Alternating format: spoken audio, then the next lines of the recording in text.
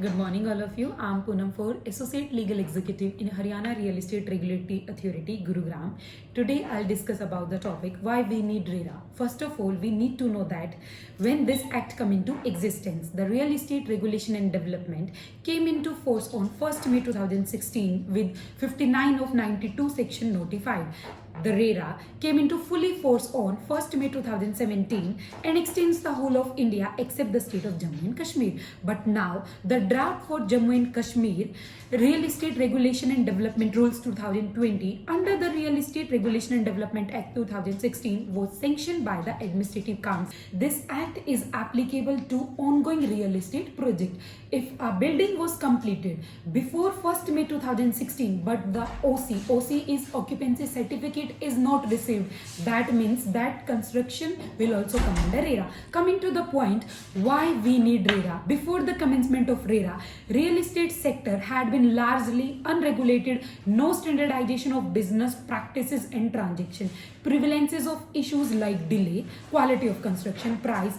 Delay in a project had been a major issue, plugging real estate sector, huge cost overrun due to delay. No grievance redress mechanism, huge generation of black money in real estate sector, and there was no binding and compulsion on the real estate developer to deliver the property to its respective allotee on time.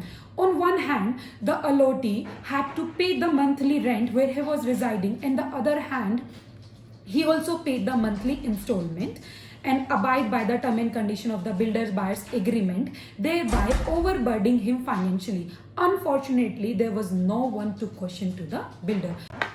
What is the main object of RERA? An act to establish the Real Estate Regulatory Authority for regulation and promotion of real estate sector and to ensure sale of plot, apartment, building as the case may be, or sale of real estate project in an efficient and transparent manner, and also protect the interest of home buyers, and establish the adjudicating mechanism for speedy dispute redressal, and also establish the appellate tribunal to hear appeals, decision, direction and orders of the Real Estate Regulatory Authority and adjudicating officer. The RERA Act 2016 has been divided into 10 chapters, which is further categorized into 92 sections.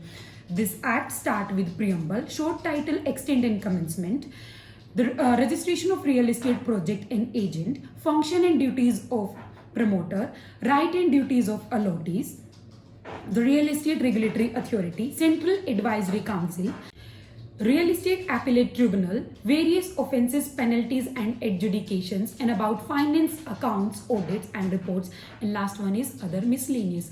Every builder has to maintain a separate bank account for every project, and the builder is only allowed that money to use that money when he make progress in a particular project. So what are the penalties for non-compliance under RERA? अगर कोई भी builder, agent या buyer non comply करता है RERA के order को या appellate tribunal के ऑर्डर को और वायलेट करता है कोई भी लॉ जो कि रेरा के अंदर है, तो वो पेनलाइज किया जाएगा रेरा एक्ट के अंदर.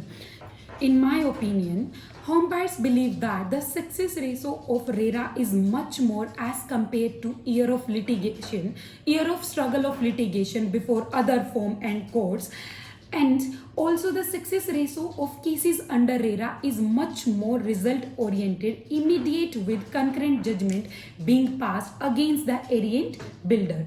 That's it for today. Thank you so much.